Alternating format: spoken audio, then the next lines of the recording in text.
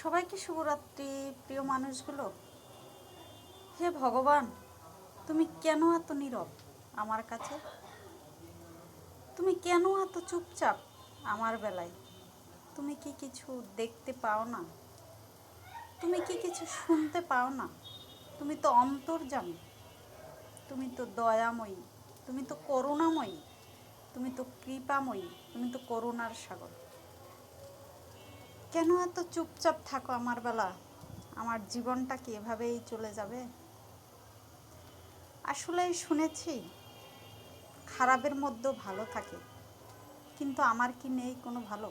তুমি কি সব কিছু দেখতে পাচ্ছ আসলেই? হে ভগবান, তুমি কি সব কিছু শুনতে পাচ্ছ আসলেই? তাহলে এর একটা বিহিত করো।